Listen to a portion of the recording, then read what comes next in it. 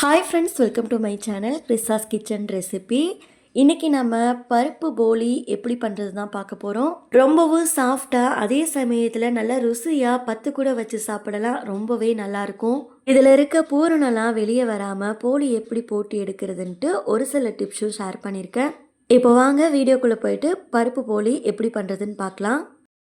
First இந்த recipe பண்ணுறதுக்கு 1 cup அளவு கடலைப்பருப்பை அரை மணி நேரம் போல் தண்ணியில் ஊற வச்சு எடுத்துக்கோங்க.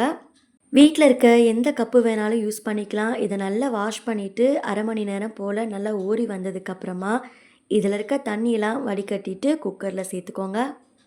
குக்கரில் பருப்பு சேர்த்ததுக்கப்புறமா இது கூடவே அரை டீஸ்பூன் மஞ்சள் தூள் சேர்த்துக்கோங்க, அரை டீஸ்பூன் உப்பு சேர்த்துக்கோங்க, கூடவே 1 டீஸ்பூன் நெய் சேர்த்துக்கோங்க. நெய்க்கு பதிலாக நீங்கள் இதில் தேங்காய் எண்ணெய் கூட சேர்த்துக்கலாம். இப்போது இதில் பருப்பு முழுகிற அளவுக்கு தண்ணி சேர்த்துக்கோங்க. தண்ணி சேர்த்ததுக்கப்புறமா குக்கரை மூடிடலாம். குக்கரை மூடிட்டு இதை ஒரு 5 விசில் விட்டு எடுத்துக்கோங்க. பருப்பு நல்லா வெந்து வரட்டும்.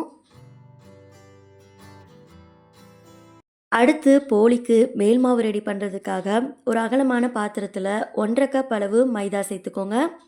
கூடவே 1 கப் போல் கோதுமை மாவு சேர்த்துக்கோங்க. நீங்கள் இதில் ஃபுல்லாக மைதா மாவு சேர்க்கறனாலும் சேர்த்துக்கலாம், டேஸ்ட்டு மாறாது. அடுத்து இது கூடவே அரை டீஸ்பூன் போல் மஞ்சள் தூள் சேர்த்துக்கோங்க, 1/4 டீஸ்பூன் உப்பு சேர்த்துக்கோங்க, 1 டீஸ்பூன் நெய் சேர்த்துக்கோங்க.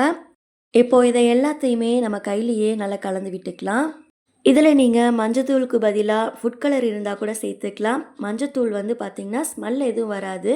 நல்ல எல்லோயிஸ் கலர் கொடுக்கறதுக்காக தான் நம்ம இதில் மஞ்சத்தூள் சேர்த்துருக்கோம்.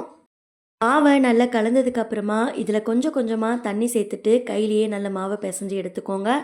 ஒரேடியாக தண்ணி சேர்க்காம கொஞ்சம் கொஞ்சமாக தண்ணி சேர்த்துட்டு மாவை நல்லா பிசைஞ்சு எடுத்துக்கோங்க. மாவை நல்லா சாஃப்டாக பிசைஞ்சிக்கோங்க. இதோட பதம் பார்த்திங்கன்னா கையில் ஒட்டுற மாதிரி தான் இருக்கும். கடைசியாக இதில் கொஞ்சமாக நெய் இல்லைனா தேங்காய் எண்ணெய் சேர்த்துக்கோங்க.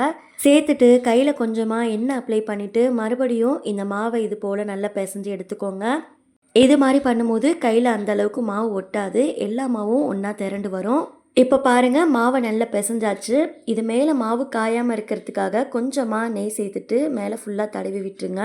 நெய்க்கு பதிலாக நீங்கள் எண்ணெய் கூட யூஸ் பண்ணிக்கலாம். இப்போ இந்த மாவை மூடி போட்டு மூடி வச்சுட்டு 1 மணி நேரம் போல் ஊற வச்சுக்கோங்க.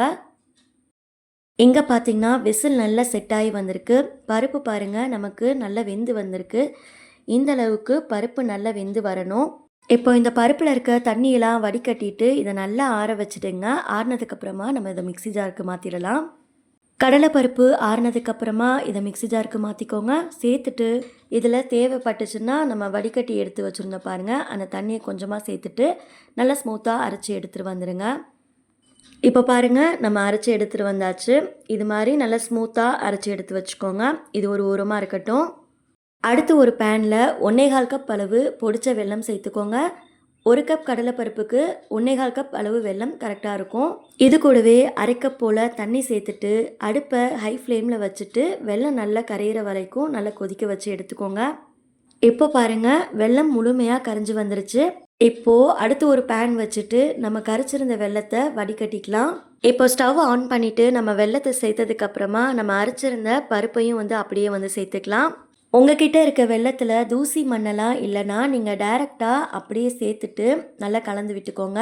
அடுப்பை மிதமான தீயிலேயே வச்சுட்டு இதை நல்லா கலந்து விட்டுக்கோங்க. இப்போ பார்க்கும்போது நமக்கு தண்ணியாக இருக்கிற மாதிரி தெரியும். ஒரு 5 நிமிஷத்துலேயே பார்த்திங்கன்னா இந்த தண்ணியெல்லாம் வற்றிட்டு நமக்கு கெட்டியாக ஆரம்பிச்சிடும். அடுப்பை லோ டு மீடியமில் மாற்றி மாற்றி வச்சுட்டு நல்லா கைவிடாமல் கலந்து விட்டுட்டே இருங்க. கொஞ்சம் கொஞ்சமாக திக்காக ஆரம்பிக்கும். இப்போ கொஞ்சம் திக்காக ஆரம்பிச்சிருக்கு. இப்போ இது கூடவே அரை டீஸ்பூன் போல் ஏலக்காய் தூள் சேர்த்துட்டு நல்லா கலந்து விட்டுக்கோங்க. இப்போ பாருங்கள், நல்லா திக்காக ஆரம்பிச்சிருக்கு. இதுதான் கரெக்டான பதம். இப்போ நம்ம ஸ்டவ் ஆஃப் பண்ணிவிட்டு இதை நல்லா ஆற வச்சுக்கலாம். ஆறினதுக்கப்புறம் இன்னுமே நல்லா திக்காகும். அடுத்து நம்ம ஊற வச்சுருந்த மாவு பாருங்கள், நல்ல சாஃப்டாக ஊறி வந்திருக்கு. இந்த அளவுக்கு நல்லா சாஃப்டாக இருந்தால் தான் போலி நமக்கு சாஃப்டாக இருக்கும். இப்போது இந்த மாவுலேருந்து கொஞ்சமாக மாவு எடுத்து கையில் இது போல் நல்லா உருட்டிக்கோங்க. பாருங்கள், இது மாதிரி நல்லா உருட்டிக்கோங்க. அடுத்து இங்கே பூரணம் நல்லா ஆறி வந்ததுக்கப்புறமா இதிலேருந்து கொஞ்சமாக பூரணத்தை கையில் எடுத்துட்டு நல்லா உருட்டிக்கோங்க. நாம் எடுத்திருக்க பூரணமும் மேல் மாவும் ஒரே அளவில் இருக்கிற மாதிரி எடுத்துக்கோங்க. பாருங்கள், இது மாதிரி. அடுத்து ஒரு ஆயில் பேப்பர் இல்லைனா பால் கவர் எடுத்துக்கோங்க.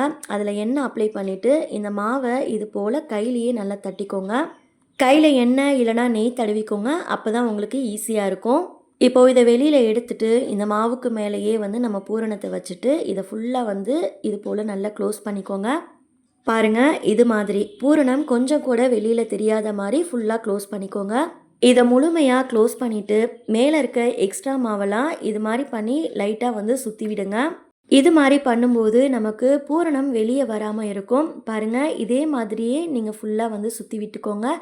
இப்போது இந்த மாவை கையில் லைட்டாக இது போல் ப்ரெஸ் பண்ணிக்கோங்க. அடுத்து இந்த மாவை ஆயில் பேப்பரில் வச்சுட்டு கையில் நான் பண்ணுற மாதிரி இதே மாதிரியே ரவுண்ட் ஷேப்க்கு எல்லா பக்கமும் ஈவனாக வர மாதிரி தட்டிக்கோங்க. நான் முன்னாடியே சொன்ன மாதிரி தான் கையில் எண்ணெய் இல்லைனா நெய் அப்ளை பண்ணிக்கோங்க. அப்போ தான் இது போல் தட்டுறதுக்கு ஈஸியாக இருக்கும். நீங்கள் ஆயில் பேப்பருக்கு பதிலாக வாழை இலை இருந்தால் கூட அதில் ட்ரை பண்ணி பாருங்கள், ரொம்ப நல்லா வரும். இதே மாதிரியே நம்ம ரவுண்ட் ஷேப்க்கு கையில் இது மாதிரி தட்டிக்கிட்டே இருக்கணும். பாருங்கள், பூரணம் கொஞ்சம் கூட வெளியே வரல. இப்போ பாருங்கள், நம்ம ஃபுல்லாக ரெடி பண்ணிட்டோம். இப்போ இதுக்கு மேலே ஆயில் கவர் வச்சுட்டு கையில் இது போல் லைட்டாக தேய்ச்சி விடுங்க. ஜென்டிலாக தேய்ச்சி விடுங்க. அப்போ தான் நமக்கு போலி ஈவனாக இருக்கிற மாதிரி இருக்கும். இது மாதிரி செஞ்சதுக்கப்புறமா இந்த ஆயில் பேப்பரை வெளியில் எடுத்துடலாம். அவ்வளோதான். இதே மாதிரியே பேலன்ஸ் இருக்க மாவுலையும் நீங்கள் ரெடி பண்ணி வச்சுக்கோங்க. அடுத்து தோசை தவாவில் நெய் தடவிட்டு இதை அப்படியே சேர்த்துடலாம். இந்த மாவுக்கு மேலேயும் கொஞ்சமாக நெய் சேர்த்துக்கோங்க. இப்போ இதை 2 பக்கமும் திருப்பி போட்டு நல்லா வேக வச்சு எடுத்துக்கலாம்.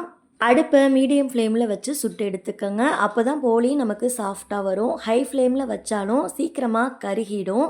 அதனால் மீடியம் ஃப்ளேம்லேயே அடுப்பை வச்சுட்டு 2 பக்கமும் திருப்பி போட்டு வேக வச்சு எடுத்துக்கோங்க. பாருங்கள், போலி எவ்வளோ சூப்பராக உப்பி வந்துட்டுருக்கு. இது 2 பக்கமும் நல்லா வெந்ததுக்கப்புறமா இதை நம்ம வெளியில் எடுத்துடலாம். இப்போது இதே மாதிரியே பேலன்ஸ் இருக்க மாவுலையும் நீங்கள் ரெடி பண்ணி வச்சுக்கோங்க. ஒவ்வொரு போலியும் நம்ம பண்ணும்போது கையில் எண்ணெய் தடவிட்டு இது மாதிரி பண்ணோம்னா நமக்கு ரொம்ப ஈஸியாக இருக்கும். நான் சொன்ன அளவுகளோட நீங்களும் வீட்டில் ட்ரை பண்ணி பாருங்கள். உங்களுக்கும் போலி நல்லா சாஃப்டாகவே வரும். அடுப்பை மீடியமில் வச்சே சுட்டு எடுத்துக்கோங்க. அப்போ தான் நமக்கு போலி நல்லா உப்பி வரும். பாருங்கள், எல்லா மாவுலையும் இப்போ நம்ம போலி ரெடி பண்ணியாச்சு. எந்த அளவுக்கு சாஃப்டாக வந்திருக்குன்னு இப்போ நான் ஒன்று பிச்சு காட்டுறேன், நீங்களே பாருங்கள். நம்ம இன்னைக்கு எடுத்திருந்த மாவில் பார்த்தீங்கன்னா 11லேருந்து 12 போல் போலி கிடைக்கும். கொஞ்சம் கூட பூரணம் வெளியே வராது. ரொம்ப சாஃப்டாகவே இருக்கும். ட்ரை பண்ணி பாருங்கள். உங்களுக்கு இந்த ரெசிபி பிடிச்சிருந்துச்சுன்னா லைக் பண்ணி சப்ஸ்கிரைப் பண்ணிக்கோங்க. நெக்ஸ்ட் ஒரு ரெசிபி வீடியோவில் பார்க்கலாம். தேங்க்ஸ் ஃபார் வாட்சிங். பபாய்.